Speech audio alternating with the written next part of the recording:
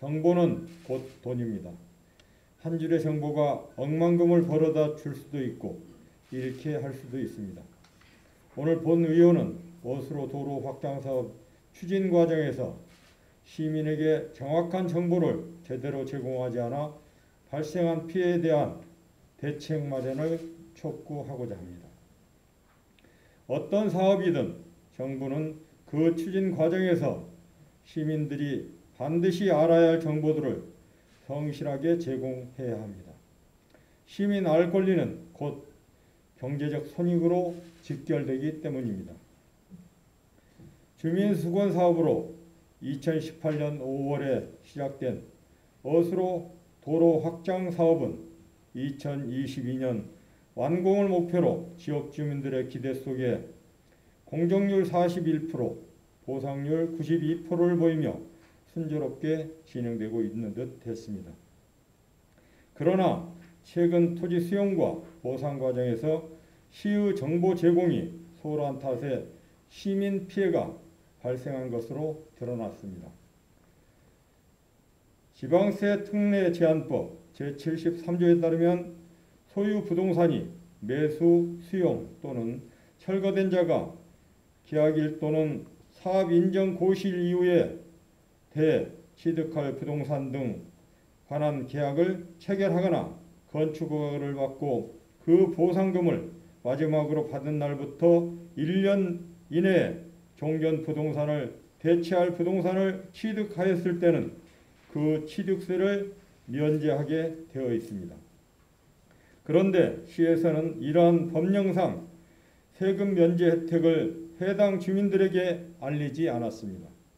이로 인해 해당 주민들은 취득세를 면제받을 기회를 박탈당하고 적지 않은 금전 피해를 입게 된 것입니다. 우리나라 헌법 제23조에 따르면 모든 국민의 재산권은 보장되어야 하고 공공필요에 의한 재산권의 수용, 사용 또는 제한 및 그에 대한 보상은 법률로서 하되 정당한 보상을 지급해야 합니다.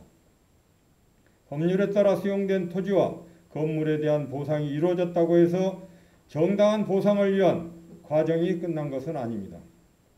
공공복리를 위해 개인의 재산권을 양보해야만 했던 시민들에게 완전하고 정당한 보상이 이루어지기 위해서는 사업 종료까지의 모든 과정에 있어 사업 진행 주체인 시의 성실하고 충분한 설명이 필수적입니다. 이에 본 의원은 이러한 일이 다시는 되풀이되지 않도록 향후 모든 사업 추진 과정에서 시민들에 대한 정보 제공에 더욱 철저를 기할 것을 당부드립니다. 아울러 이번 시의 불충분한 설명으로 인해 피해를 입은 시민들에게는 어떠한 방법으로 그 손해를 보전해 줄 것인지를 검토하여 실행할 것을 주문합니다. 한 가지 더 말씀드리겠습니다. 지방자치에 있어서 정보라는 것은 일방으로만 흘러서는 안 되는 것입니다. 앞서 강조드린 시민들에 대한 지방정부 충분하고 성실한 정보 제공 못지않게 중요한 것은 시민들의 목소리를 행정에 충실하게 반영하는 것입니다. 지방자치의 성패를 좌우하는 것은 시민과 지방정부 사이의 소통입니다. 결국 지방자치란 지역 주민들의 뜻을 행정이라는 그릇에 잘 담는 것이라고도 할 수 있습니다. 그러나 현재 시에서 추진 중인 대부분의 사업들을 보면 행정의 직접 소비자인 지역 주민들의 의견보다는 용역 또는 시공업체의 의견에 더 의존하고 있는 것 같아서 안타깝습니다. 이번 어수로 도로 확장 사업 역시 그 시작 전부터 지금까지 시민들과 소통이 미지근하다는 여론이 상당합니다. 공공의 이익을 위해 재산을 내놓고 새롭게 건축을 하는 등 지역 주민들은 크나큰 불편을 감수했음에도 사업 추진 과정에서 충분한 주민 의견 수렴이 제대로 이루어지지 않았습니다.